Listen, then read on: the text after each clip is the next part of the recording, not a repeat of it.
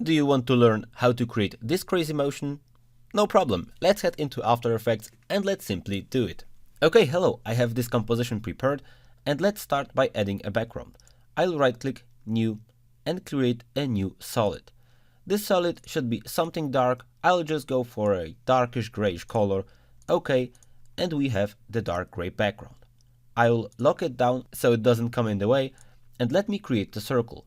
Go to your toolbox and select the Ellipse tool from the toolbox. Press the Shift key and create a circle like that. To make it a bit better, I'll go to my Align panel, which is here, and I'll align it in the middle. Now we can start the animation.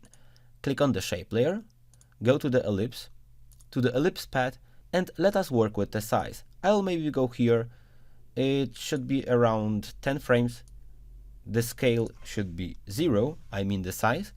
I'll put a keyframe here, and about 1 second, or for example around here, the scale should be how big I want it to be. I want it to be to about this size, so I'll go for 488. Let's make it 470, so it's not too big. Okay, this is our initial animation. We can adjust this animation just a little bit in the graph editor. Let's go into the graph editor, select both keyframes, click on this button to ease them in, and I'll maybe put this line a bit to the right side. Now the animation will be a bit quicker. Okay, once you have this first animation, maybe make it longer. I want it to build up for a little bit and struggle with the motion. We can put finally the effect. And the main effect we will need here in the effect and preset will be our Turbulent Displace. Turbulent Displace is a really awesome function, and let's go to the first frame and set the evolution to 2. Now we will go to the end of the animation and set the evolution to 0. 0 cycles. Oh, I forgot about the keyframe. Here it was 0, and at the beginning it was 2. So it slowly will go from 2 to 0. You can see it already struggles around. Now the last thing you need to do is to work with the amount. I would like, at the beginning, to have an amount of 0. Until the circle builds up, I would like the amount to grow rapidly to about 180, something like that. Let me press U on my keyboard so I see the keyframes. Okay, we have the amount like that.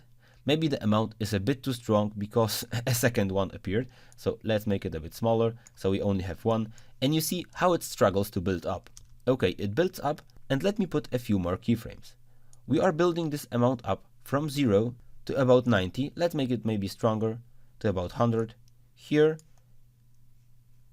it will go a bit down to about 60, and at the end it will go again to 0, because at the end I want to have a circle. Okay, this is the animation we currently have, and now depending on how strong you want it to struggle, you can position those keyframes and work with the amount. In my case, I think this amount is really cool. It really looks nice and fluid. Maybe the keyframes should be a bit adjusted. I'll click on the amount, right click, keyframe assistant, easy ease, and let's do something fun now. I'll select the first one and I'll do something like that. Then I'll select the next one, I'll reposition it, I'll make the motion a bit different, something like this, like this. Let's maybe place this one here, this one drag over, and let's preview what will happen on the screen. We'll have a little bit of a different struggle, a different motion, but the actual circle is really nicely flowing into the screen.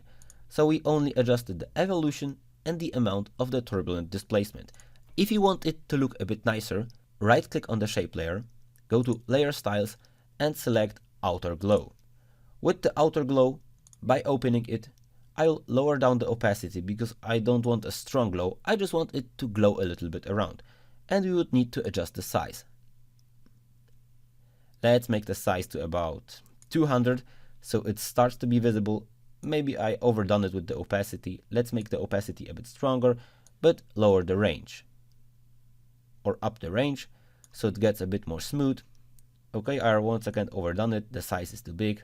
Okay, then the last adjustment I would like to have here is to have a drop shadow. Just so the glow isn't so strong, I'll put a bit of shadow here, but the shadow can't be so strong as well. Let's make the opacity lower, maybe smooth it out a little bit, These are just minor adjustments to make this look a bit better. And now let's press U on the keyboard to see all the keyframes, and let's preview what we achieved in this tutorial. We have a fluid motion of a circle like that, and it struggles to become the normal circle. If you would like to learn more, please head over to my other tutorials. You have also links to my discounted courses in the description if you would like to support this channel and learn After Effects with me. My name is Andrzej Pach, and this was a really stupid tutorial.